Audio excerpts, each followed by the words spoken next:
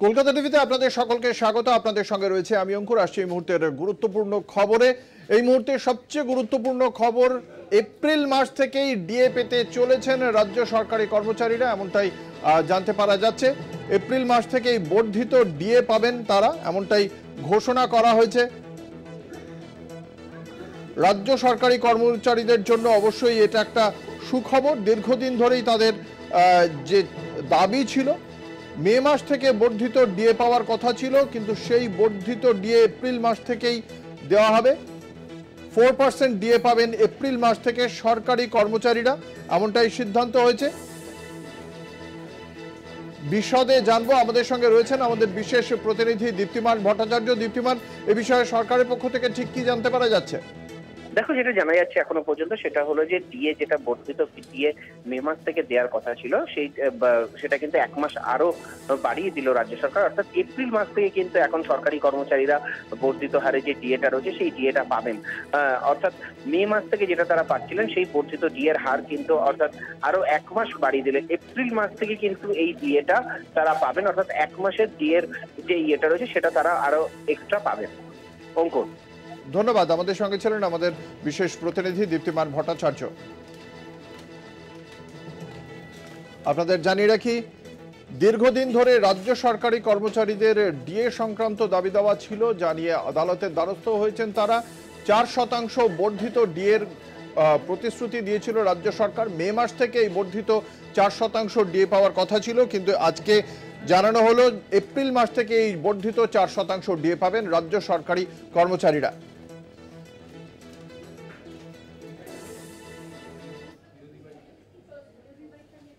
কেন্দ্রীয় মন্ত্রিসভার প্রথম দিনেই কর বাবদ 10,500 কোটি টাকা রাজ্যকে দেওয়া হলো কেন্দ্রের পক্ষ থেকে। দীর্ঘদিন ধরেই কর বাবদ যে টাকা রাজ্য থেকে তোলা হয়েছিল সেই টাকাই রাজ্যের কাছে 10,000 কোটি টাকা এসেছে বলেই জানতে পারা যাচ্ছে।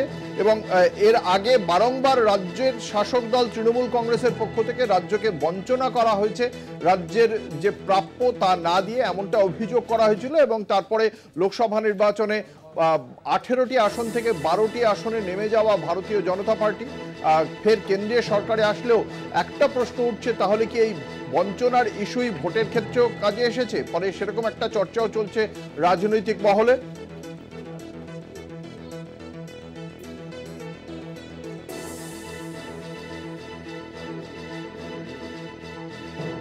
আমাদের সঙ্গে রয়েছেন আমাদের বিশেষ প্রতিনিধি দেবজ্যোতি ঘোষ। দেবজ্যোতি, ঠিক কত কোটি টাকা কেন্দ্রের পক্ষ থেকে আসছে আমাদের রাজ্যে, এবং এখনো পর্যন্ত এটা নিয়ে ঠিক কি রাজনৈতিক চর্চা? দেখো, কেন্দ্রীয় সরকারের পক্ষ থেকে যেটুকু জানা গেছে যে 10,574 কোটি টাকা রাজ্যকে কর বাবদ দেওয়া হচ্ছে। যে দাবি মমতা বন্দ্যোপাধ্যায় এবং অভিষেক বন্দ্যোপাধ্যায় একাধিকবার করছিলেন, প্রায় 64,000 কোটি টাকা দাবি ছিল বিভিন্ন প্রকল্পে। সেই জায়গাতে তৃণমূল নেত্রী মমতা বন্দ্যোপাধ্যায় এবং অভিষেক বন্দ্যোপাধ্যায় যে দাবি করেছিলেন সেই দাবিতে কিছুটা মান্যতা দেওয়া হয়েছে। এবং যেটুকু আমরা কেন্দ্রীয় সরকারের পক্ষ থেকে জানতে পারছি যে প্রায় 10,574 কোটি টাকা দেওয়া হয়েছে। তবে তৃণমূল কংগ্রেসের পক্ষ থেকে যেটা অভিযোগ করা হচ্ছে যে বাকি পাওনা টাকা বা বাকি যে দাবি দেওয়া তাদের রয়েছে সেই দাবি কবে পূরণ হবে। ইতিমধ্যে তৃণমূল নেত্রী মমতা বন্দ্যোপাধ্যায় সুর বেঁধে দিয়েছেন রাজ্যসভা এবং লোকসভার সাংসদদের, যে রাজ্যের বকেয়া পাওনার দাবিতে কি কি করণীয় সেই মতোই কিন্তু একটা বিশেষ কমিটি গঠন করা হয়েছে। তারা যে 19 তারিখ থেকে লোকসভা বা রাজ্যসভার অধিবেশন শুরু হবে, সেখানে তারা বক্তব্য রাখবেন। এবং 64,000 কোটি টাকা প্রায় রাজ্য সরকারের পাওনা রয়েছে, সেই টাকার ব্যাপারেই আলোকপাত কিন্তু এই সাংসদরা করবেন। অর্থাৎ অত্যন্ত গুরুত্বপূর্ণ তৃণমূল কংগ্রেসের পক্ষ থেকে যে দাবি করা হয়েছিল, তৃতীয়বার এনডিএ সরকারের যে সূচনার পর দিন থেকেই কিন্তু সেই কেন্দ্রের পক্ষ থেকে সেই টাকা ছাড়া হয়েছে। তবে শুধুমাত্র এ রাজ্যকে নয়, বাকি রাজ্যগুলোকেও কিন্তু সেই টাকা ছাড়া হয়েছে। যেই টাকা ছাড়া হয়েছে অন্য রাজ্যগুলোতে, সেই টাকার কিন্তু যদি হিসেব দেখা যায় তাহলে কিন্তু দেখা যাচ্ছে বেশ কয়েকটি রাজ্যে বেশ অতিরিক্ত টাকাই কিন্তু কেন্দ্রীয় সরকারের পক্ষ থেকে ছাড়া হয়েছে। তা নিয়ে কিন্তু তৃণমূল কংগ্রেসের পক্ষ থেকে এখনো কোনো মন্তব্য করা হয়নি। এবং তারা যেটা বলছে, একটা বিষয় জানতে চাইবো যে আজকে এই যে 10,000 কোটি টাকা দেওয়া হয়েছে কর বাবদ, এই টাকা রাজ্য সরকার কোন খাতে ব্যবহার করতে পারবে? সামাজিক প্রকল্পের খাতে নাকি পরিকাঠামো খাতে, নাকি এই টাকা ব্যবহার করার ক্ষেত্রে রাজ্য সরকারের ক্ষেত্রে কোনো বিধিনিষেধ নেই? না, এই টাকা যেহেতু জিএসটি বাবদ টাকা, এই টাকা কিন্তু রাজ্য সরকার যে কোনো ডেভেলপমেন্টের কাজেই খরচ করতে পারে। কিন্তু সেগুলো যেন জনস্বার্থে ব্যবহার করা হয় সেই দিকে নজর রাখতে হবে।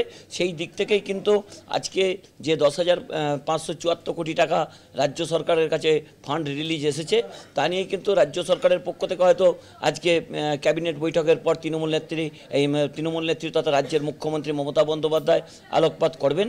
তবে তৃণমূল কংগ্রেসের পক্ষ থেকে রাজনৈতিকভাবে যেটা বলা হচ্ছে যে রাজ্যের যে বকেয়া আরও টাকা রয়েছে সেই টাকা কেন্দ্রীয় সরকার কবে দেবে। তবে তৃণমূল কংগ্রেস ইতিমধ্যেই কটাক্ষ করতে শুরু করেছেন যে যেহেতু তাদের জোট নড়বড়ে রয়েছে তাই কিন্তু এইভাবে বিভিন্ন রাজ্যকে অতিরিক্ত টাকাও দেওয়া হচ্ছে। সেই দিক থেকে কিন্তু দেখা যাচ্ছে যে দুটি রাজ্যের জোট নেতৃত্বকে নিয়ে তারা সরকার গঠন করেছেন সেখানে কিন্তু করের টাকা বেশ কিছুটা রাজ্যের বিজেপি শাসিত রাজ্যগুলো থেকে বেশি ফান্ড দেওয়া হয়েছে এবং অতিরিক্ত যেমন অন্ধ্রপ্রদেশকে অতিরিক্ত টাকা দেওয়া হয়েছে, বিহারকে অতিরিক্ত টাকা দেওয়া হয়েছে এবং রাজ্য সরকারের পক্ষ থেকে জিএসটি বাবদ যে হিসাব দেওয়া হয়েছিল সেই টাকা কিন্তু পুরো টাকা এখনও রাজ্য সরকারের পক্ষ থেকে পায়নি। তবে এটা নিয়ে অর্থমন্ত্রী বা ডিপার্টমেন্টাল কোনো অফিসার কেন্দ্রীয় সরকারের সঙ্গে কথা বলবেন। তবে তৃণমূল কংগ্রেসের পক্ষ থেকে যেটা কটাক্ষ করা হয়েছে অবিলম্বে বকেয়া টাকা দিক, না হলে বাংলার মানুষ যেভাবে লোকসভা ভোটে তাদের জবাব দিয়েছে 2026-এর যে বিধানসভা নির্বাচন আছে সেখানে তৃণমূল কংগ্রেসের পাশে কিন্তু সাধারণ মানুষ আরও দাঁড়াবেন। কারণ যেভাবে 100 দিনের প্রকল্পের টাকা, আবাস যোজনার টাকা আটকানো হয়েছে তাতে গ্রামের প্রান্তিক মানুষগুলোই সবচেয়ে বেশি ক্ষতিগ্রস্ত হয়েছেন এবং সেই মতোই কিন্তু ভোট ব্যাংকে বিজেপির আঘাত লেগেছে এবং তৃণমূল কংগ্রেস এত আসন নিয়ে অর্থাৎ 29টি আসন নিয়ে 29টি আসন লোকসভায় তারা পাঠাতে পেরেছেন। একেবারে ধন্যবাদ। আমাদের সঙ্গে ছিলেন আমাদের বিশেষ প্রতিনিধি দেবজ্যোতি ঘোষ। যে কথা জানতে পারা যাচ্ছে যে 10,574 কোটি টাকা রাজ্যকে প্রদান করা হয়েছে, যে কর বাবদ যে টাকাটা নিয়ে যায় কেন্দ্র সেক্ষেত্রে 41% রাজ্যকে দেওয়ার কথা থাকে এবং সেই 41% হিসেবেই এই টাকা দেওয়া হয়েছে। কিন্তু এই টাকা দেওয়া সম্পর্কে রাজনৈতিক মহলের কি প্রতিক্রিয়া আমরা শোনাবো দর্শকদের। কি বলেছেন শান্তনু সেন তৃণমূল কংগ্রেসের মুখপাত্র এবং তার পাশাপাশি কি পাল্টা জবাব রয়েছে রাজ্য বিজেপি সভাপতি তথা সাংসদ সুকান্ত মজুমদারের আমরা শোনাবো। কি বলেছেন শান্তনু সেন শোনাবো। প্রত্যক্ষ এবং পরোক্ষ কর বাবদ 4,60,000 কোটি টাকা বাংলা থেকে তুলে নিয়ে গিয়ে রাজনৈতিক প্রতিহিংসা পরায়ণতার কারণে 1,60,000 কোটি টাকা বছরের পর বছর আটকে রাখা, 59 লক্ষ মানুষের 100 দিনের টাকা আটকে রাখা, 11,36,000 মানুষের বৈধ কাগজপত্র থাকা সত্ত্বেও আবাস যোজনার টাকা আটকে রাখা, এর যোগ্য জবাব বাংলা বিরোধীদের বাংলার মানুষ দিয়েছে। তাই তাদের হয়তো বিলম্বিত বোধোদয় হয়েছে, কিন্তু বাংলার যে পরিমাণ টাকা পাওনা আছে আর তার কম্প্যারিজনে যে পরিমাণ টাকা বরাদ্দ করা হয়েছে এটা পর্বতে মুশিক প্রসব ছাড়া কিছু নয়। না, কোনো বঞ্চনাই ছিল না। নিয়মিত সময়ের ইন্টারভ্যালে সমস্ত রাজ্যকে টাকা দেওয়া হয়, বাংলাকেও টাকা দেওয়া হয়েছে। আপনি দেখুন মধ্যপ্রদেশ, সেখানে প্রায় 10,000 কোটি টাকার মতো দেওয়া হয়েছে, বাংলাতেও তাই দেওয়া হয়েছে। কোনো বঞ্চনার জায়গা নেই, কিন্তু নির্দিষ্ট পদ্ধতি আছে, সেই পদ্ধতি অনুসারে দেওয়া হয়, টাইম টু টাইম দেওয়া হয়। তাহলে মধ্যপ্রদেশকে কেন দেওয়া হলো? মধ্যপ্রদেশ আর বাংলাতে একই সমান টাকা পেয়েছে, 200-400 কোটি টাকার ডিফারেন্স। মধ্যপ্রদেশে তো আমরা সব সিট পেয়েছি, তো হিসেব মতো তো মধ্যপ্রদেশকে আরো বেশি দেওয়া উচিত ছিল। ভোটের ফলাফল বেরোনোর পরেই আমরা দেখতে পেলাম ক্ষোভের জ্বালামুখ খুলে দিলেন আরএসএস এর প্রধান মোহন ভাগবত। খুব স্পষ্টভাবেই তিনি একাধিক ইস্যুতে তার বক্তব্য রেখেছেন এবং সেখানে একদিকে যেমন তার বক্তব্যে উঠে এসেছে মণিপুরের অশান্তি, কখনো বিরোধীদের মতামত এবং তার পাশাপাশি প্রধানমন্ত্রী নরেন্দ্র মোদী গোটা নির্বাচনের প্রচার পর্বে যেভাবে বিভাজনের তত্ত্ব আওড়েছেন এবং সেখানে আরএসএসকেও তার মধ্যে অন্তর্ভুক্ত করা হয়েছে তা নিয়েও কিন্তু কোথাও তার বক্তব্যে নাম না করে বিজেপির শীর্ষ নেতৃত্বের দিকেই আঙুল তুলে দিয়েছেন মোহন ভাগবত। কি বলেছেন মোহন ভাগবত মণিপুর সহ বিভিন্ন ইস্যুতে আমরা শোনাবো। उसके लिए देश में शांति चाहिए, जगह जगह और समाज में कलह ये नहीं चलता। अब 1 साल से मणिपुर शांति की राह देख रहा है, उसके पहले 10 साल शांत रहा। पुराना गन कल्चर समाप्त हो गया ऐसा लगा और अचानक जो कलह वहां पर उपज गया या उपजाया गया उसकी आग में अभी तक जल रहा है, त्राही त्राही कर रहा है, कौन उस पर ध्यान देगा? प्राथमिकता देके उसका विचार करना ये कर्तव्य है। এ বিষয়ে আমরা কথা বলবো। আমাদের সঙ্গে রয়েছেন পলিটিক্যাল এডিটর আশিস চট্টোপাধ্যায়। আশিস দা, যেটা আপনার কাছে জানতে চাইবো, এই যে মোহন ভাগবত খুব স্পষ্টভাবেই বলছেন যে মণিপুর দীর্ঘদিন ধরে অশান্ত হয়ে রয়েছে, কেন্দ্রে সেই বিষয়টি গুরুত্ব দেওয়া উচিত, তারপর বিরোধীদের প্রতিপক্ষ না ভেবে প্রতিদ্বন্দ্বী ভাবা উচিত। রাজনৈতিক মহল কিভাবে ব্যাখ্যা করছে হঠাৎ করে মোহন ভাগবতের এই সোচ্চার হওয়াকে? দেখুন, অনেকেই মনে করেন যে নির্বাচনের সময় যে ভয়ঙ্কর তিক্ততা তৈরি হয়েছিল, বিশেষ করে নরেন্দ্র মোদী, অমিত শাহ সহ বিজেপির শীর্ষ নেতারা যেভাবে স্পষ্ট করে হিন্দু মুসলমান বিভেদ সামনে তুলে এনে একটা দারুণ উত্তেজনাকর পরিস্থিতি তৈরি করেছিলেন, সেই জায়গাটাতে একটু মলম লাগাবার ব্যবস্থা করার জন্যই আরএসএসের শীর্ষ নেতা মোহন ভাগবত এই ধরনের কথা বলেছেন। তিনি বিরোধীদের গুরুত্ব দিতে বলেছেন, কিন্তু 2014 থেকে 19 যখন বিরোধীদের দুর্মুষ করা হয়েছে, যখন বিরাট বিরাট গুরুত্বপূর্ণ বিল মাত্র 2 মিনিটে 3 মিনিটে লোকসভায় পাশ করা হয়েছে, তখন কিন্তু আরএসএসের প্রধানকে এরকম কোনো কথা বলতে শোনা যায়নি। আসলে অনেকেই মনে করেন যে কিছু মুখোশ রাজনীতিতে খেলা করে। অনেকেই মনে করেন যে যা হয়েছে নির্বাচনে, চরম হিন্দুত্বের যে ডাক নরেন্দ্র মোদীরা দিয়েছিলেন, তা আরএসএসেরই নির্দেশিত পথ, তা আরএসএসেরই দেখানো পথ, সেই পথেই বিজেপি হেঁটেছে। এখন তারপরে সরকার গড়া হয়ে গিয়েছে, এখন একটু মলম লাগানো দরকার, এখন একটু অতীতের ব্যাপারগুলোকে ভুলিয়ে দেওয়া দরকার। তার জন্য 4টে ভালো ভালো কথা, যেমন প্রথম দিন নরেন্দ্র মোদী বলেছিলেন, শপথ নেওয়ার দিন তিনি বলেছিলেন, তেমনি মোহন ভাগবত বলছেন যেন ওগুলো কিছু নয়, ওগুলো না মনে রাখলেও চলবে। কিন্তু আমরা দেখতে পাচ্ছি যে সাম্প্রদায়িক উত্তেজনা তোলা হয়েছে দেশে, তার ফল চারদিকে ইতিমধ্যেই দেখা যাচ্ছে। সুতরাং এইভাবে জিনিসটাকে ভুলিয়ে দেওয়ার একটা চেষ্টাই মনে করছেন রাজনৈতিক মহল। এবং আমরা দেখেছি কংগ্রেস খানিকটা আশ্চর্যজনকভাবে মানে মোহন ভাগবতের কথাকে খানিকটা যেন স্বাগত জানালেন, এবং সেই প্রসঙ্গে তারা অটল বিহারী বাজপেয়ীর কথাও তুলে আনলেন, যেন নরেন্দ্র মোদী দুষ্টু ছেলে, মোহন ভাগবত তাকে বকে দিয়েছে। অনেকেই রাজনীতিতে যারা দীর্ঘদিন ধরে পর্যবেক্ষক তারা মনে করেন যে ব্যাপারটা আদৌ সেরকম নয়।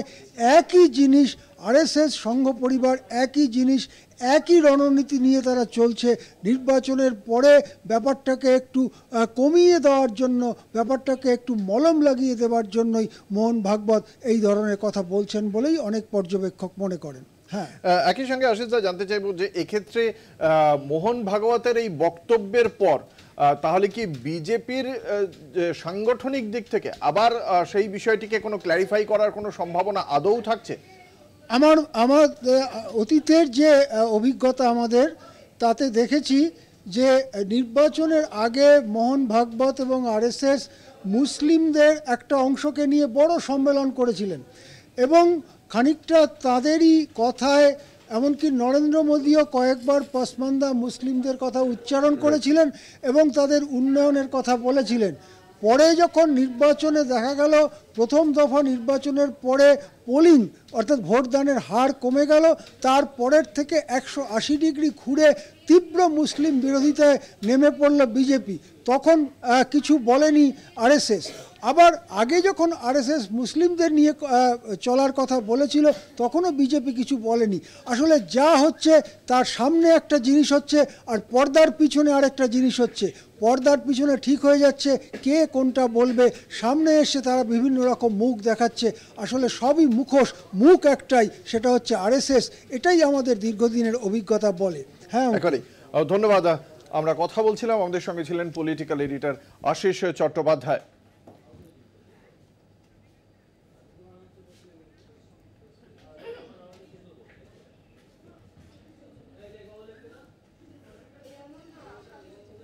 নিটের আন্ডার গ্রাজুয়েট যে পরীক্ষা, সেই পরীক্ষাকে কেন্দ্র করে বিতর্কের সৃষ্টি হয়েছে, যার প্রেক্ষিতে বেশ কিছু মামলা দায়ের হয়েছে শীর্ষ আদালতে। সুপ্রিম কোর্ট আজকে এই বিষয়ের ক্ষেত্রে স্থগিতাদেশ দিতে রাজি না হলেও খুব স্পষ্টভাবে এই বিষয়ে কেন্দ্র এবং নিটের পরীক্ষার যে নিয়ামক সংস্থা ন্যাশনাল টেস্টিং এজেন্সি তাদের বক্তব্য জানতে চেয়েছে সুপ্রিম কোর্ট। এই বিষয়ে ঠিক কি বলা হয়েছে আমরা শুনবো।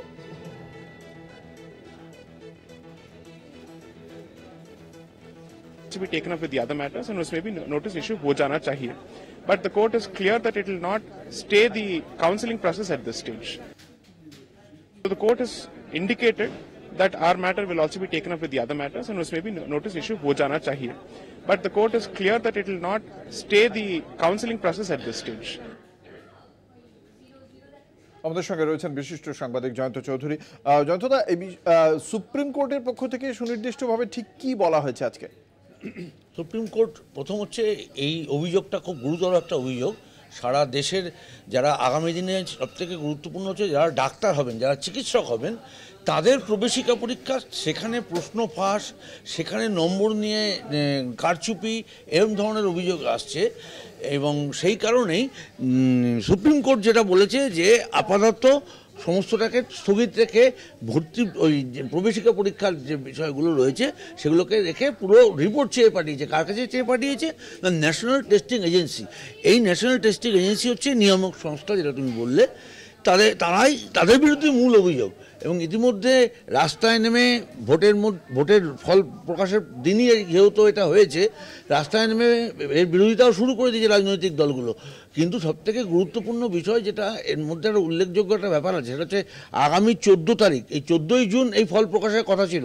হঠাৎ করে 10 দিন আগে, অর্থাৎ 4 জুন, যেদিন ভোটের রেজাল্ট বেরোচ্ছে, গণনা হচ্ছে, তার মাঝখানে এরকম একটা ফল বের করে দেওয়া এবং সেই ফলের মধ্যে এরকম কারচুপির বিষয়টা আসছে, সবটাই মনে হচ্ছে কোথাও একটা যেন এক সুতোয় বাঁধা একটা কোনো বিষয় বলে মনে হচ্ছে। সুপ্রিম কোর্ট এই যে আজকে কোনো স্থগিতাদেশ দেয়নি, একটা পরীক্ষায় যারা পাশ করেন তাদের তো তারপরে কাউন্সেলিং স্টার্ট হয়ে যায়, তাহলে কি কাউন্সেলিং এর মতো চলবে? কাউন্সেলিং মতো চলবে, এখনো পর্যন্ত সেরকমই ইঙ্গিত রয়েছে। কিন্তু মুশকিলটা যেটা হচ্ছে যে গুরুতর অভিযোগটা রয়েছে, অর্থাৎ ধরুন এই যে 1600 স্টুডেন্টকে একসঙ্গে গ্রেস দিয়ে দেওয়া হলো, এই একটা বিষয়। আজকে কোনো পর্যবেক্ষণ ছিল না, এইটা একটা বিষয়। দ্বিতীয়টা হচ্ছে সুপ্রিম কোর্টের মূল পর্যবেক্ষণে যেটা এসেছে সেটা হচ্ছে যে একসঙ্গে 67 জন প্রথম হয়েছে, প্রথম শ্রেণীতে পাস, এবং মজার ব্যাপারটা হচ্ছে 12 জন, 67 জনের মধ্যে 12 জন একটা কেন্দ্র থেকে। কি করে হয়, এটা একটা অদ্ভুত ব্যাপার। সুপ্রিম কোর্ট এটাকে খুব এক্সেপশনালি নিয়েছে বলে মনে হচ্ছে। এখন দেখা যাক মানে শেষ পর্যন্ত এনটিএ কি জবাব দেয়, এর উপর অনেকটা নির্ভর করছে। বিশেষ করে এটার উপর ভবিষ্যৎ নির্ভর করছে, কারা আগামী দিনে আমাদের দেশে ডাক্তার হবে, তাদের পড়াশোনা, তাদের এই সমস্তটাই একটা প্রশ্নের মুখে এসে দাঁড়িয়ে গেছে। একেবারে অসংখ্য ধন্যবাদ। আমরা কথা বলছিলাম, আমাদের সঙ্গে ছিলেন বিশিষ্ট সাংবাদিক জয়ন্ত চৌধুরী। ফলে শেষ পর্যন্ত নিট আন্ডার গ্রাজুয়েট পরীক্ষার নিয়ামক সংস্থা সুপ্রিম কোর্টের তলবের প্রেক্ষিতে কি উত্তর দেয় তা অত্যন্ত তাৎপর্যপূর্ণ। আমরা অন্যান্য খবর নিয়ে ফিরে আসবো। ফিরে এলাম বিরতির পর। আপনারা দেখছেন 4টে চারদিক, আপনাদের সঙ্গে রয়েছে আমি অঙ্কুর। গতকাল রানীগঞ্জের পর আজকে ডোমজুর ফের সোনার দোকানের ডাকাতি, এবং বেশ কয়েকজন মিলে এই ডাকাতি করে। দোকানের মালিক কর্মচারীদের মেরে চম্পট দিয়েছে দুষ্কৃতীরা। বেশ কিছু সোনার গয়নাও নিয়ে গিয়েছে বলে জানতে পারা যাচ্ছে। ইতিমধ্যেই ঘটনাস্থলে পৌঁছে ডোমজুর থানার পুলিশ ঘটনার তদন্ত শুরু করেছে। আপনাদের জানিয়ে রাখি, ডোমজুর থানা এলাকায় সোনার দোকানে ডাকাতির ঘটনা। ডোমজুর থানার পুলিশ ঘটনার তদন্ত শুরু করেছে। আমাদের সঙ্গে রয়েছেন আমাদের প্রতিনিধি জগন্নাথ সামন্ত। কি জানা যাচ্ছে এখনো পর্যন্ত? প্রাথমিক তদন্তে পুলিশ কি জানতে পেরেছে, কিভাবে ঘটনাটা ঘটেছিল? দেখো, তোমাকে বলে রাখি, দুপুর 12টার সময় হঠাৎ করে দুজন যুবক এই সোনার দোকানে ঢোকে। হাওড়া আমতা রোডের ওপর সোনার দোকান, ওখানে জনবহুল এরিয়া। দুপুরবেলায় ঢুকে যা জিনিসপত্র দর করতে থাকে, সোনার গয়না, রূপোর গয়না। আচমকায় দেখা যায় তাদের পকেট থেকে আগ্নেয়াস্ত্র বের করে তারা দোকানের যে মালিক তার আঘাত করে। ঝরঝরিয়ে রক্ত বেরোতে থাকে এবং আতঙ্কিত হয়ে পড়ে দোকানের ভেতরে যারা কর্মচারীরা ছিল এবং সিকিউরিটি গার্ডকে বাকি দুজন ডাকাত একবার হিড়ির করে টেনে দোকানে নিয়ে যায় এবং হাত পা বেঁধে কয়েকজনকে দোকানে একটা দিকে দাঁড় করিয়ে রেখে লুটপাট চালায়, সোনার গয়না, রূপোর গয়না, টাকা পয়সা একবারে লুটপাট চালায়। কিন্তু প্রশ্ন হচ্ছে যে একবারে ঢিলছোড়া দূরত্বে ডোমজুর থানা, সেই থানা এবং পাশাপাশি এতই দোকান, তাদেরও সিকিউরিটি রয়েছে, কেউ এই থানায় খবর দিল না বা থানার কোনো কর্মচারী বা পুলিশ খোঁজ পেল না। একদম ঢিলছোড়া দূরত্বে থানার এই 15 থেকে 20 মিনিট ধরে লুটপাট চললো। তারপরে ডাকাত দল দুটি বাইকে করে সামনে জাতীয় সেই হাওড়া আমতা রোড ধরে জাতীয় সড়কে বেরিয়ে গেল। এই মুহূর্তে পুলিশের উচ্চপদ কর্তারা হাওড়া সিটি পুলিশের ঘটনাস্থলে সমস্ত সিসিটিভি ফুটেজ কালেকশন করছে এবং দোকানে কর্মচারীদের জিজ্ঞাসাবাদ থেকে শুরু করে কিভাবে ঘটনা ঘটেছে তাদের পুঙ্খানুপুঙ্খ তদন্ত নিচ্ছে। এখনো পর্যন্ত কাউকে গ্রেপ্তার করা যায়নি। তোমাকে বলে রাখি, আসানসোলে এত বড় ঘটনার পর হাওড়ায় নজরদারির একটা অভাব। কেননা গতকালকেই আমরা কলকাতা টিভিতে দেখিয়েছিলাম সোনার দোকানের এবং বিভিন্ন দোকান থেকে সিসি ক্যামেরা চুরি হয়ে যাচ্ছে রাস্তায়, তারপরে কাউকে গ্রেপ্তার করা হয়নি। এবারে একটা বড় ঘটনা ঘটে গেল, ব্যবসায়ীরা আতঙ্কিত। অঙ্কুরদা, ধন্যবাদ। আমাদের সঙ্গে ছিলেন আমাদের প্রতিনিধি জগন্নাথ সামন্ত।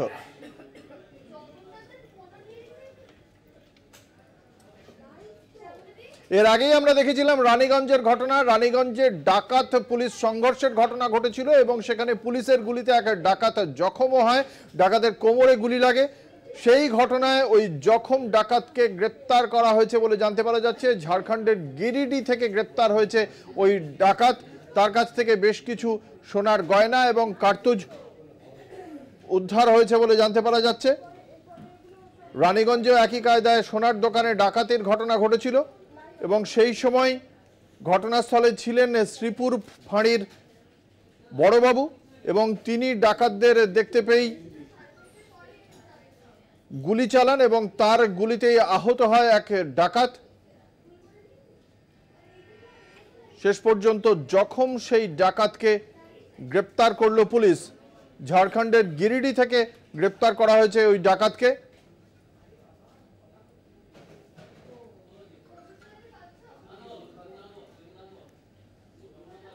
আপনাদের জানিয়ে রাখি, শ্রীপুর ফাঁড়ির যিনি বড়বাবু ছিলেন সেই বড়বাবু সেই সময় ওই সোনার দোকানের পাশ দিয়ে যাওয়ার সময় হঠাৎ করেই তিনি বুঝতে পেরে তিনিও ডাকাতদের সঙ্গে লড়ে যান।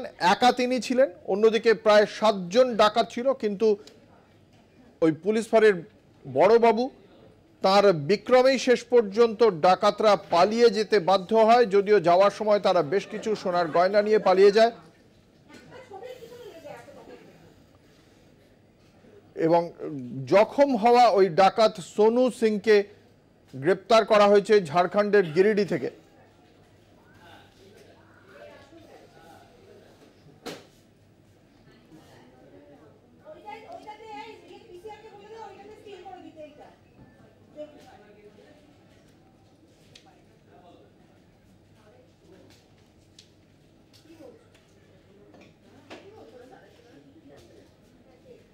রানীগঞ্জে সোনার দোকানে ডাকাতির ঘটনা।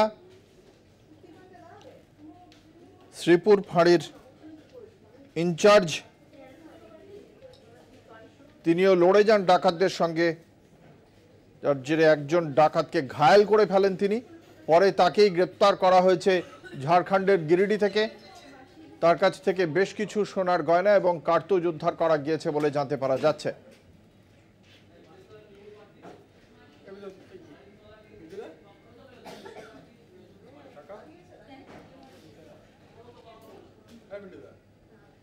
এই মুহূর্তে আমাদের সঙ্গে রয়েছেন আমাদের প্রতিনিধি পবিত্র বন্দ্যোপাধ্যায়, আসানসোল থেকে সরাসরি রয়েছেন। পবিত্র, চলে যাব পবিত্রর কাছে। পবিত্র, এখনো পর্যন্ত পুলিশ সূত্রে এই ঘটনার তদন্তে নতুন কি তথ্য উঠে এসেছে এবং এই যে জখম হওয়ার ডাকাত তাকে যে গ্রেপ্তার করা হয়েছে তার সম্পর্কেই বা কি জানা যাচ্ছে? দেখো অঙ্কুর, তোমাকে বলে রাখি যে গত গিরিডি থেকে একজন কে গ্রেপ্তার করেছিল পুলিশ এবং তোমাকে বলে রাখি আজ যে সোনু সিং কালকে গ্রেপ্তার করেছিল তাকে, আজকে সোনু সিং যাকে পুলিশ গুলি করেছিল এবং গুলিতে আহত হয় সেই ব্যক্তিকে ধানবাদ থেকে পুলিশ গ্রেপ্তার করে এবং তাকে গ্রেপ্তার করে তাকে, যেহেতু তার অবস্থা ভালো নেই সেই কারণে তাকে আজকে বর্ধমান যে মেডিকেল কলেজ সেখানে তার চিকিৎসা চলছে এবং তোমাকে বলে রাখি যে এই চিকিৎসাতে সুস্থ হওয়ার পরেই তার কাছ থেকে ডিটেলস জানতে পারবে এবং পুলিশ কিছুটা জানতে পেরেছে এবং তোমাকে বলে রাখি এই যে দুজনের কাছ থেকে তোমাকে উদ্ধার করেছে সোনা, বেশ কিছু সোনার গয়না, তারপরে তোমাকে গুলি পাওয়া গেছে, তাদের কাছে কার্তুজ পাওয়া গেছে এবং ওদের ব্যবহৃত দুটো ব্যাগ পাওয়া গেছে। অঙ্কুর, একেবারেই ধন্যবাদ। আমাদের সঙ্গে ছিলেন আমাদের প্রতিনিধি পবিত্র বন্দ্যোপাধ্যায়।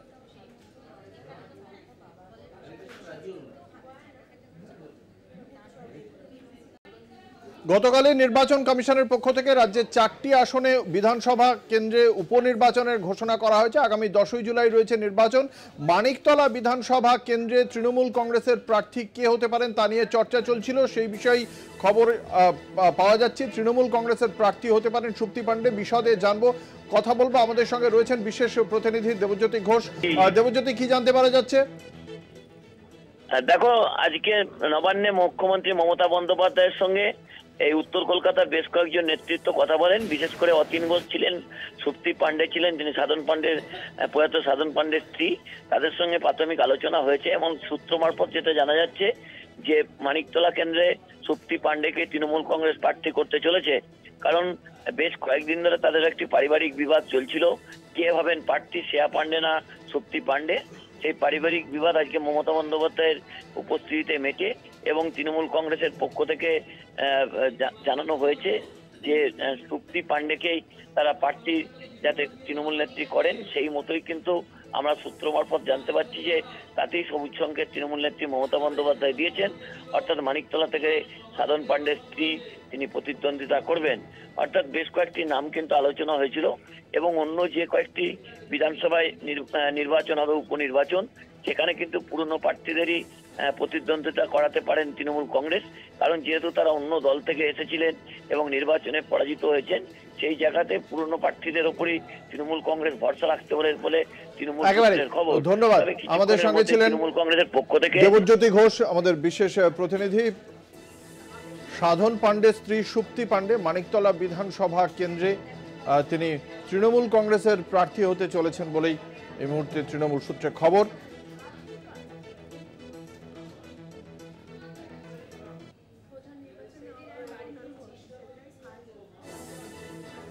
আমাদের সঙ্গে রয়েছেন আমাদের বিশেষ প্রতিনিধি দীপ্তিমান ভট্টাচার্য। দীপ্তিমান, ঠিক কি কারণে, শুধুমাত্র কি সাধন পাণ্ডের স্ত্রী বলেই কি সুপ্তি পাণ্ডে এই মানিকতলা বিধানসভা কেন্দ্রের প্রার্থী পদ পেলেন, কি জানা যাচ্ছে?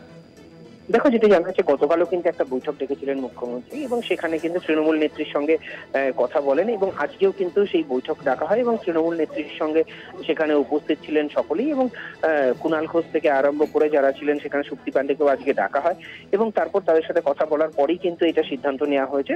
তবে দল একসঙ্গে কিন্তু 4টে বিধানসভার যে ভোট হবে, 4টে বিধানসভার ভোটে কিন্তু একসঙ্গেই তারা কিন্তু এই নাম ঘোষণা করবে বলেই জানা যাচ্ছে।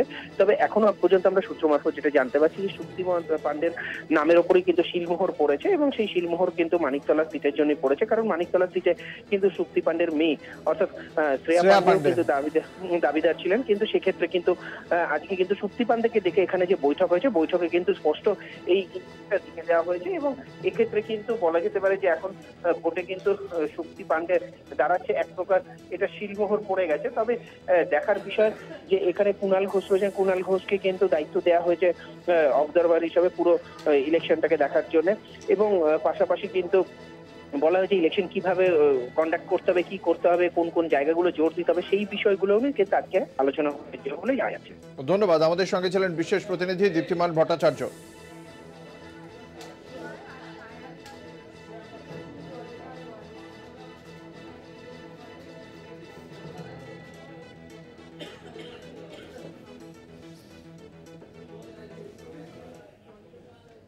ভোট মিটে যাওয়ার পরেই পুলিশ প্রশাসনে বেশ কিছু রদবদল হওয়ার কথা জানতে পারা যাচ্ছে। পুরনো পদে ফিরে আসছেন যাদেরকে নির্বাচন কমিশন অপসারিত বদলি করে দিয়েছিল অন্য থানায়, তাদেরকে আবার ফের অন্যান্য থানায়, যে থানা থেকে তাদের পাঠানো হয়েছিল রাজ্য প্রশাসনের পক্ষ থেকে, আবার সেই জায়গায় নিয়ে আসা হচ্ছে বলে জানতে পারা যাচ্ছে। বিষয়তে জানবো, আমাদের সঙ্গে রয়েছেন আমাদের প্রতিনিধি রিয়া মাঝি। রিয়া, কি তথ্য রয়েছে তোমার কাছে এই বিষয়ে? দেখো, তোমাকে জানিয়ে রাখবো যে ইতিমধ্যেই যেটা আমরা দেখেছিলাম, যখন ইলেকশন চলছিল, ইলেকশন চলাকালীন বেশ কিছু অফিসারকে, হায়ার অফিসিয়ালসকে, তাদেরকে ইলেকশন কমিশন নন ইলেকশন রিলেটেড পোস্টে পাঠিয়ে দিয়েছিল এবং যাদের খুব গুরুত্বপূর্ণ পোস্টে তারা ছিলেন, তার মধ্যে বেশ কয়েকজনকে আবার সেই পূর্ব পোস্টে ফিরিয়ে দেওয়ার একটি সম্ভাবনা তৈরি হয়েছে এবং রাজ্য সরকার সম্ভবত তাদেরকে সেই পোস্টে ফিরিয়ে দেবে বলে এমনটাই জানা যাচ্ছে সূত্র মারফত। তোমাকে জানিয়ে রাখবো তাদের মধ্যে অত্যন্ত গুরুত্বপূর্ণ একটি নাম, সেটা হচ্ছে কোটেশ্বর রাও, যিনি কিনা এসপি সুন্দরবন ছিলেন, এসপি সুন্দরবন পিডি, এবং সৌম্য রয় কলকাতা পুলিশের ডিসি SWD অর্থাৎ সাউথ ওয়েস্ট ডিভিশনে তিনি ছিলেন, এবং পাশাপাশি ধৃতিমান সরকার যিনি ছিলেন এসপি পশ্চিম মেদিনীপুর। এই তিনজনকেই ইলেকশন কমিশন যখন এমসিসি চলছিল সেই সময় এই তিনজনকেই কিন্তু নন ইলেকশন রিলেটেড পোস্টে পাঠিয়ে দিয়েছিল এবং নতুন করে তাদেরকে সেই পূর্ব পোস্টে পাঠিয়ে দেওয়ারই সিদ্ধান্ত নিয়েছে রাজ্য সরকার এবং সম্ভবত তাদেরকে নিজ যে পোস্টে, যারা ইলেকশন কমিশন যে পোস্ট থেকে তাদেরকে সরিয়েছিলেন সেই পোস্টে পাঠিয়ে দেওয়ারই সিদ্ধান্ত নিয়েছে রাজ্য সরকার, এমনটাই সূত্র মারফত জানা যাচ্ছে। আর 1 থেকে 2 দিনের মধ্যেই হয়তো তাদের অফিসিয়াল যে অর্ডার, সেই অর্ডার বেরোতে চলেছে বলে এমনটাই সূত্র মারফত জানা যাচ্ছে এবং এই অফিসারদেরকে আগের পোস্টেই ফিরিয়ে দেবে রাজ্য সরকার বলে এমনটাই কিন্তু জানা যাচ্ছে। ধন্যবাদ। আমাদের সঙ্গে ছিলেন আমাদের প্রতিনিধি রিয়া মাঝি।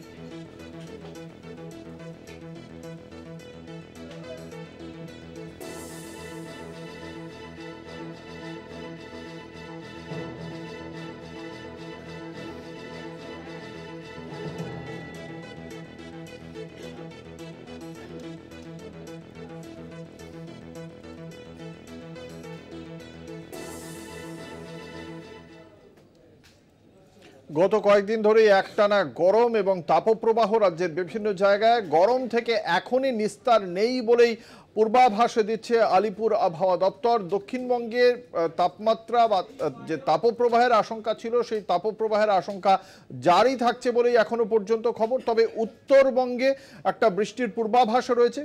বিস্তারিত জানবো আলিপুর আবহাওয়া দপ্তরের পক্ষ থেকে আবহাওয়া নিয়ে কি পূর্বাভাস দেওয়া হচ্ছে। আমাদের সঙ্গে রয়েছেন আমাদের প্রতিনিধি শাশ্বতী রায়। শাশ্বতী, কি পূর্বাভাস রয়েছে আলিপুর আবহাওয়া দপ্তরের? দেখো, যে পরিস্থিতি তৈরি হয়েছে তার জন্য একটি সাইক্লোনিক সার্কুলেশন রয়েছে, যেটি ইতিমধ্যেই বিহারের ওপর দিয়ে সাব হিমালয়ান পশ্চিমবঙ্গ হয়ে আসামের দিকে অবস্থান করছে এবং যার ফলে প্রচুর পরিমাণে যে জলীয় বাষ্প তা দক্ষিণবঙ্গ হয়ে ভেতরে প্রবেশ করছে এবং এই গরম এবং অস্বস্তি জারি রয়েছে। তবে এই গরম এবং অস্বস্তির সঙ্গে সঙ্গে দক্ষিণবঙ্গের প্রত্যেকটি জেলাতেই বিক্ষিপ্ত বৃষ্টির সম্ভাবনার কথা জানাচ্ছে আলিপুর আবহাওয়া দপ্তর এবং আগামী 14 তারিখ পর্যন্ত এই বৃষ্টি এবং গরম এবং অস্বস্তি দুটোই জারি থাকবে দক্ষিণবঙ্গের ক্ষেত্রে। তবে উত্তরবঙ্গের ক্ষেত্রে পরিস্থিতি একেবারেই আলাদা। সেক্ষেত্রে নর্দার্ন যে মনসুন তা ইতিমধ্যেই ইসলামপুর লাগোয়া অংশে অবস্থান করছে, সেই মৌসুমী বায়ুর অক্ষরেখা, যার জেরে উত্তরবঙ্গে প্রত্যেকটি জেলাতেই ভারী থেকে অতি ভারী বৃষ্টির সম্ভাবনার কথা জানিয়েছে হাওয়া অফিস এবং এই ভারী থেকে অতি ভারী বৃষ্টি আগামী 2 থেকে 3 দিন পর্যন্ত জারি থাকবে এবং লাগাতার যে বর্ষার বৃষ্টি, সেই বর্ষার বৃষ্টিও কিন্তু ইতিমধ্যেই উত্তরবঙ্গে শুরু হয়ে যাবে। সেক্ষেত্রে গরম এবং অস্বস্তি দক্ষিণবঙ্গে এখনো জারি এবং আগামী আরো বেশ কয়েকটি দিন অর্থাৎ আগামী শুক্রবার পর্যন্ত কিন্তু এই গরম এবং অস্বস্তিকর পরিবেশ বজায় থাকবে এই সার্কুলেশনের জন্য এবং ধীরে ধীরে বৃষ্টি, যেটি বর্ষার বৃষ্টি, সেই বর্ষাও কিন্তু দক্ষিণবঙ্গে প্রবেশের পথেই। ধন্যবাদ। আমাদের সঙ্গে ছিলেন আমাদের প্রতিনিধি শাশ্বতী রায়। এই মুহূর্তে আপনাদের যে গুরুত্বপূর্ণ খবরে চোখ রাখবো, আসানসোলের পর হাওড়াতেও ডাকাতির ঘটনা। ডোমজুড়ে যে সোনার দোকানে ডাকাতির ঘটনা ঘটেছে সেই ঘটনায় সিসিটিভি ফুটেজ এবার প্রকাশ্যে এসেছে। কলকাতা টিভির হাতে উঠে এসেছে সেই সিসিটিভি ফুটেজ এবং সেখানে আমরা দেখতে পাচ্ছি দোকানের মালিক কর্মচারীদের মেরে আজকেই চম্পট দেয় দুষ্কৃতীরা। মঙ্গলবার দুপুর 12:30 নাগাদ দুপুর 12:30 নাগাদ ডাকাতরা হানা দেয় ওই দোকানে, সোনার দোকানে হানা দিয়ে তারা যেগুলো ডিসপ্লেতে যে সমস্ত গয়না ছিল তা সব নিয়েই তারা চম্পট দিয়েছে বলেই জানাচ্ছেন দোকানের মালিক এবং কর্মচারী। সেই ঘটনারই সিসিটিভি ফুটেজ এবার প্রকাশ্যে এসেছে, পুলিশ প্রকাশ করেছে যাতে সেই সমস্ত যারা দুষ্কৃতীরা আজকে ওখানে ডাকাতি করেছে তাদেরকে চিহ্নিত করা যায়। সেই কারণেই এই ডাকাতির ফুটেজ সিসিটিভি ফুটেজ প্রকাশ্যে এসেছে।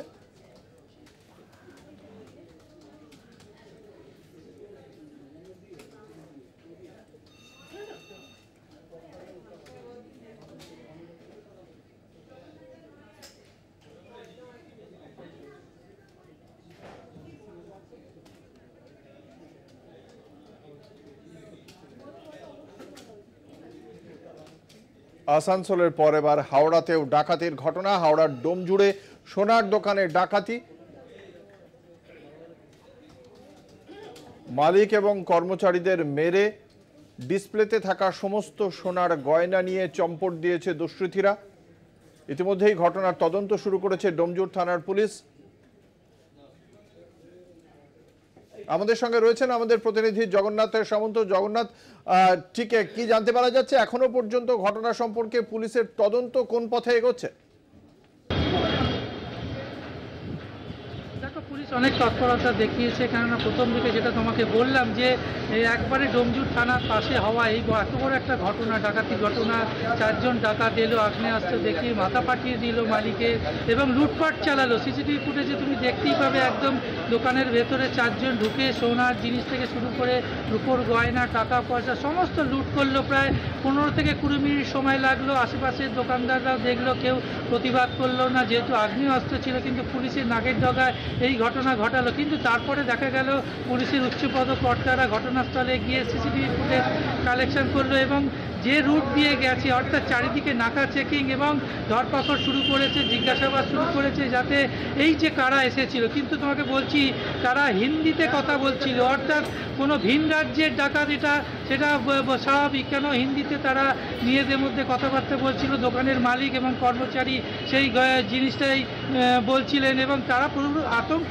তাদের প্রথমেই ঢুকেই হাত পা বেঁধে কর্মচারী এবং যে গার্ড ছিল সোনার দোকানে, তাকে হিড়ির করে টানতে টানতে নিয়ে গিয়ে ভেতরে নিয়ে যায়, তাকে বেঁধে তাকে মারধর করা হয় এবং প্রথমেই মালিকের মাথা ফাটিয়ে দেওয়া হয় বন্দুকের বাট দিয়ে। এই রক্ত বেরোতেই আতঙ্কিত হয়ে পড়ে বাকি সবাই এবং লুটপাট চালায়। এখনো পর্যন্ত কাউকে গ্রেপ্তার করা যায়নি। হাওড়া যেই জায়গা হচ্ছে হাওড়া আমতা রোড, সেই রোডের বিভিন্ন জায়গা সিসিটিভি ফুটেজ খোঁজা এবং কোথা থেকে এসেছিল ডাকাত দলটা সেই সন্ধান করা এখনো পর্যন্ত কাউকে ধরতে পারেনি।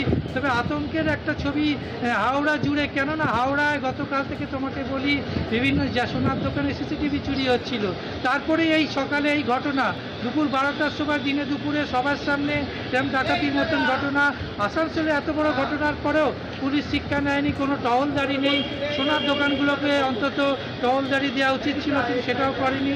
একেবারে আতঙ্কিত এখানকার ব্যবসায়ীরা। তবে এখনো পর্যন্ত কাউকে গ্রেপ্তার করা যায়নি। ঘটনাস্থলে ডিসি সাউথ থেকে শুরু করে হাওড়া সিটি পুলিশের উচ্চপদস্থ কর্তারা এবং এই মুহূর্তে ফরেনসিক টিম এবং সিআইডি টিম দোকানে এসেছে, যেখানে এই ঘটনা ঘটেছে সমস্ত পুঙ্খানুপুঙ্খ তারা ছবি তুলছে এবং তদন্ত করছে, জিজ্ঞাসাবাদ করছে। সিআইডি এই মুহূর্তে কেসটা তদন্ত ভার নিয়েছে। দেখা যাক কতক্ষণের মধ্যে তারা এই ঘটনায় যারা যুক্ত তাদের ধরতে পারে। তবে ভিন রাজ্য থেকে যে এসছে এটাই স্বাভাবিক, বাইকে করে তারা হাই রোড ধরে যেখানে সোনার দোকানের ডাকাতিটা হলো, একটা লম্বা সময় ধরে ডাকাতি করলো এতজন ডাকাত মিলে এবং অন্যান্য যারা ব্যবসায়ীরা রয়েছেন তারা আতঙ্কে কিছু কথা বলতে পারলেন না। তারপরে পুলিশের ভূমিকা নিয়ে তাদের কি বক্তব্য? অন্যান্য মানে ওখানকার স্থানীয় ব্যবসায়ী সংগঠন কি পুলিশের ভূমিকা নিয়ে কোনো ক্ষোভ প্রকাশ করেছে ক্যামেরার সামনে? একেবারে তারা ক্যামেরার সামনে না বললেও তারা আমাদের বলছে, যেটা একেবারে ঢিলছোড়া দূরত্বে, যেখানে ছুটে গিয়েই থানায় পৌঁছে যেতে পারা যায়। আশেপাশের দোকানদাররা যখন দেখছিল এত বড় ঘটনা, পাশের একটি দোকানদার যখন ঢুকে প্রতিবাদ করতে যায়, তাকে সঙ্গে সঙ্গে আগ্নেয়াস্ত্র ঢোকে হাত পা বেঁধে দোকানে ফেলে দেওয়া হয়। তারপর থেকে হয়তো আশেপাশের মানুষজন আগ্নেয়াস্ত্র 4-4টি আগ্নেয়াস্ত্র নিয়ে ডাকাতির ঘটনা ঘটছিল, যেই ভয়তে হয়তো আসেনি। কিন্তু পুলিশ একেবারে কাছাকাছি, কেন খবর পেল না?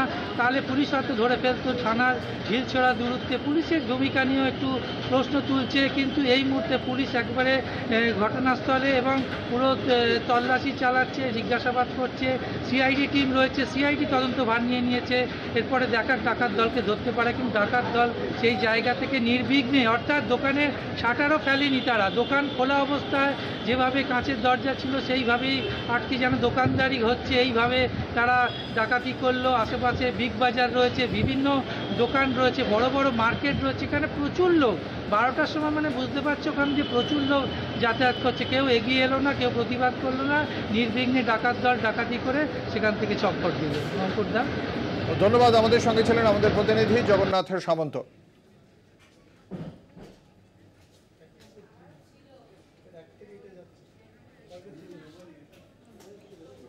চব্বিশের নির্বাচনে বোলপুর লোকসভায় তৃণমূলের ব্যাপক জয়। ৩ লক্ষ ভোটের ব্যবধানে জয় অসিত মালের, কিন্তু তারপরেও বোলপুর পুরসভা এলাকায় হারতে হয়েছে তৃণমূলকে। অনুব্রত মণ্ডল, চন্দ্রনাথ সিংহ প্রত্যেকের ওয়ার্ডেই বিজেপির কাছে হার তৃণমূলের। দুর্নীতি, অনুন্নয়ন, তোলাবাজির কারণেই হার, দাবি বিজেপির। সরকারি উন্নয়ন মানুষের কাছে পৌঁছে দিতে ব্যর্থ দল, দাবি তৃণমূলের। কেষ্টহীন বীরভূমের 2টি লোকসভা কেন্দ্রে ব্যাপক লিড তৃণমূলের। বোলপুর লোকসভা কেন্দ্রের তৃণমূল প্রার্থী অসিত কুমার মাল 3,27,253 ভোটে জয়ী। কিন্তু বোলপুরে তৃণমূলের ব্যাপক লিড হলেও অনুব্রত মণ্ডলের পুরসভাতেই মুখ পুড়েছে ঘাসফুল শিবিরের। বোলপুর পুরসভায় 5,804 ভোটে হার তৃণমূলের। কেষ্টর 22 নম্বর ওয়ার্ডে 779টি ভোট এবং মন্ত্রী চন্দ্রনাথ সিনহার 21 নম্বর ওয়ার্ডে 7টি ভোটে বিজেপির কাছে পরাজিত তৃণমূল। 19 লোকসভা নির্বাচনে বীরভূমের তৃণমূল জেলা সভাপতি অনুব্রত মণ্ডল সশরীরে হাজির ছিলেন। সেই ভোটে বোলপুর পুরসভা এলাকায় প্রায় 14,000 ভোটে বিজেপির কাছে পরাজিত হয়েছিল তৃণমূল। 21 বিধানসভা নির্বাচনেও বিজেপির কাছে হার তৃণমূলের। সেই ভোটে তৃণমূলের পরাজয়ের মার্জিন কমেছিল। প্রায় 7,000 ভোটে হার স্বীকার করতে হয়েছিল শাসক দল তৃণমূলকে। মমতাদির নেতৃত্বে যে আমাদের পশ্চিমবঙ্গ উন্নয়ন চলছে, অভিষেক দার নেতৃত্বে, সেই উন্নয়ন তো আমরা খামতি রাখি নাই। নিশ্চয়ই আমি মনে করি সেটা আমাদেরই ভুল। কি ভুল হয়েছে সেটা আমরা মানুষের ঘরে দুয়ারে যাব, সেটা মানুষের কাছে আমরা তুলে ধরবো, সেটা সংশোধন করার চেষ্টা করব। অনুব্রত মণ্ডল এবং চন্দ্রনাথ সিনহার নেতৃত্বেই আমাদের নেত্রী মমতাদি এবং অভিষেক বন্দ্যোপাধ্যায় উন্নয়নের মধ্যে দিয়ে বোলপুর শহর আগামী দিন 15,000-20,000 ভোটে লিড দেবে। বোলপুরের মানুষ তা প্রমাণ করে দেবে। এই আবহে একাধিক প্রশ্ন মাথা চাড়া দিচ্ছে। 24 লোকসভা নির্বাচনে গোটা রাজ্য জুড়ে তৃণমূলের জয় জয়কার। বীরভূমের 2টি লোকসভা কেন্দ্রেও ব্যাপক লিড তৃণমূল কংগ্রেসের। তা সত্ত্বেও বোলপুর পুরসভা এলাকায় কেন বারবার বিজেপির কাছে তৃণমূলের পরাজয়? বোলপুরে তৃণমূলের বিধায়ক তথা রাজ্যের মন্ত্রী চন্দ্রনাথ সিনহার বাড়ি। বোলপুর পুরসভার বাসিন্দা তৃণমূল বিধায়ক বিকাশ রায় চৌধুরী। জেলা তৃণমূল কোর কমিটির অন্যতম সদস্য সুদীপ্ত ঘোষের সহধর্মিনী বোলপুর পুরসভার চেয়ারম্যান। তবুও কেন বোলপুর পুরসভা এলাকায় তৃণমূলের লাগাতার হার? প্রথমত হচ্ছে বোলপুর হচ্ছে একটা ওয়ার্ল্ড হেরিটেজ জায়গা এবং এখানে শিক্ষিত সমাজের প্রথম বাস। এই শিক্ষিত সমাজ কি দেখে? উন্নয়ন দেখে। আর এই তৃণমূল সরকারের যে সমস্ত গুন্ডাবাজি, সিন্ডিকেট, তারপরে আপনি দেখুন যেখানে তোলাবাজ, এই যে চলে আসছে। আর কেষ্টদা বা আমাদের সুদীপ্ত যাই বলুন না কেন, বা চন্দ্রনাথ দা যাই থাকুন না কেন, এখানে কিন্তু ওটা ওদের কোনো ফ্যাক্টরি না। আমরা পরবর্তী ভোটেও জিতবো, এখনো জিতবো, কারণ এখানে শিক্ষিত সমাজের বাস। শিক্ষিত সমাজ অন্যায় বরদাস্ত করে না। বোলপুরে তৃণমূলের হারের নেপথ্যে কারণ হিসেবে দুর্নীতিকেই দায়ী করেছে সাধারণ মানুষ থেকে শুরু করে রাজনৈতিক বিশেষজ্ঞরা। তৃণমূলকে কাঠগড়ায় তুলে আসরে বিজেপিও। পরবর্তী ভোটে কিভাবে হারের সিরিজ শেষ হবে তৃণমূলের, এই নিয়ে দীর্ঘ আলোচনার প্রয়োজন, মত রাজনৈতিক মহলের। বোলপুর থেকে মনাবীর বংশের রিপোর্ট, কলকাতা টিভি। আবার গরমের দাপট বাংলায়। দক্ষিণবঙ্গ জুড়ে ভ্যাপসা গরমে অতিষ্ঠ মানুষের প্রাণ। ছাড় নেই উত্তরের মানুষজনেরও। তাপমাত্রা এক ধাক্কায় অনেকটা বেড়ে গিয়েছে আলিপুরদুয়ার জেলা জুড়ে। এতে শুধু মানুষ নয়, সমস্যায় পড়েছে বন্যপ্রাণীরাও। গরমে বিভিন্ন জলাশয় শুকিয়ে যাওয়ায় বন্যপ্রাণীদের পানীয় জলের সংকট দেখা দিয়েছে। তাদের কথা মাথায় রেখে কৃত্রিম জলাশয়ের সংখ্যা বাড়ানো হয়েছে বক্সা ব্যাঘ্র প্রকল্পের জঙ্গলে। গরমের দাপট থেকে পশু পাখিদের বাঁচাতে কিছুদিন আগেই চিড়িয়াখানাগুলিতে দেখা গিয়েছিল রয়্যাল ট্রিটমেন্ট।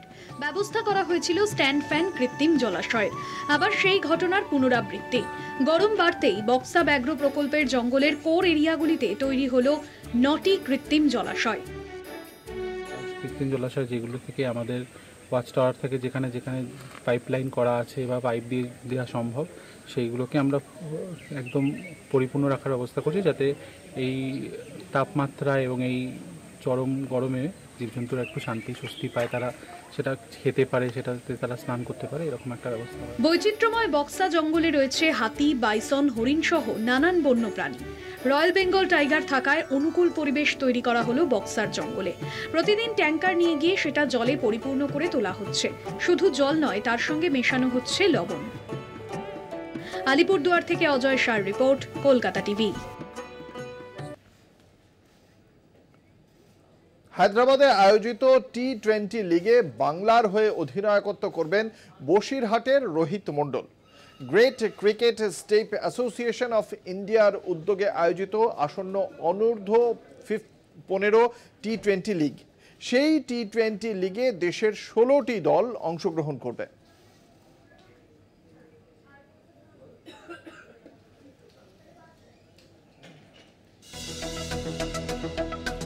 বসিরহাটের বাদুরিয়ার কানুপুর গ্রামের কিশোর রোহিত মণ্ডল। রোহিতের বাবা মহসেন মণ্ডল পেশায় রাজমিস্ত্রি, মা অন্যের বাড়িতে কাজ করেন। রুটি রুজির টানে 5 বছর বয়সে বাবা মায়ের সঙ্গে দিল্লিতে যায় রোহিত। সেখানে ক্রিকেট খেলা দেখে, পরবর্তীতে ক্রিকেট খেলাকে ভালোবেসে বাবা মায়ের কাছে ক্রিকেট খেলা শেখার আবদার জানায়। তারপরেই 15 বছর বয়সেই বোলিংয়ে 130 গতি তুলতে পারে বসিরহাটের এই কিশোর। দিল্লিতে রাজমিস্ত্রি কাজ করে, তোর যা ইচ্ছা ওই ইচ্ছার এতে আমি ওর যত কষ্টই হোক আমি ওর সব কিছু দিয়ে বহন করে যাচ্ছি। তার কারণে ওর খেলার ইচ্ছা খুব, ওর যা আশা তাতে করে আমরা আশাবাদী হচ্ছি ও একদিন আমাদের ইন্ডিয়ান টিমের হয়ে খেলুক। মনে হচ্ছে কি আমাদের এখান থেকে পারফরমেন্স করতে পারলে এই টুর্নামেন্টে অল ইন্ডিয়া বেসিক খেলা, এখান থেকে আমাদের টিমের যে বেস্ট পারফরমেন্স হবে টোটাল অল ইন্ডিয়া থেকে। এবার এর থেকে আমাদের একটা আইপিএল, জুনিয়র আইপিএল টাইপ মতন একটা অর্গানাইজ হবে। এখান থেকে আমাদের জুনিয়র আইপিএল প্লেয়াররা সুযোগ পাবে, যেরকম আইপিএল খেলায় ওইভাবে একটা এরকম টুর্নামেন্ট অর্গানাইজ হবে। এরপর আন্ডার 15-এ তেঘরিয়া ক্লাবে খেলছে ও দ্বিতীয় ডিভিশন ক্লাব সেন্ট্রাল ক্যালকাটা ক্লাবের হয়ে খেলছে। মাত্র 15 বছর বয়সে রোহিতের আগুনের বোলিংয়ের প্রশংসায় মুগ্ধ কোচেরাও।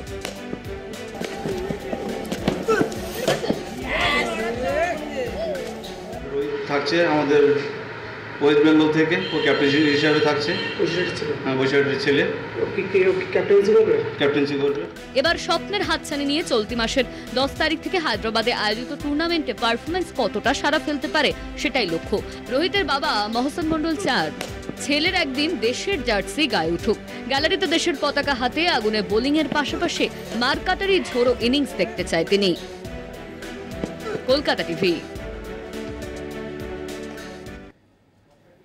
পশ্চিম মেদিনীপুরের চন্দ্রকোনায় প্রধানকে মারধরের ঘটনায় দোষীদের বিরুদ্ধে ব্যবস্থার আশ্বাস দেওয়া হলো জেলা সভাপতির পক্ষ থেকে। বিশদে জানবো, আমাদের সঙ্গে রয়েছেন আমাদের প্রতিনিধি মধুসূদন ভট্টাচার্য। মধুসূদন, কি বলা হচ্ছে?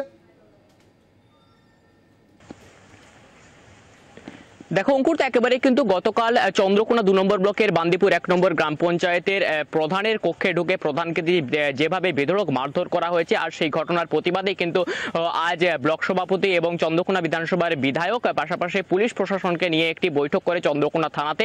আর সেই বৈঠকের পরেই কিন্তু সংবাদ মাধ্যমের মুখোমুখি হয়ে ঘাটাল সাংগঠনিক জেলা তৃণমূলের সভাপতি আশিস সুদাই তিনি দাবি করেন যে যারা দোষী তাদের একটা শাস্তি দেওয়া হবে, পাশাপাশি এর সঙ্গে যারা যারা যুক্ত রয়েছে তাদেরও কিন্তু একটা পদক্ষেপ নেওয়া হবে, কেউ রেয়াত পাবে না, এমনটাই কিন্তু জেলা সভাপতির মুখ থেকে শোনা গিয়েছে। অঙ্কুরদা, ধন্যবাদ। আমাদের সঙ্গে ছিলেন আমাদের প্রতিনিধি মধুসূদন ভট্টাচার্য।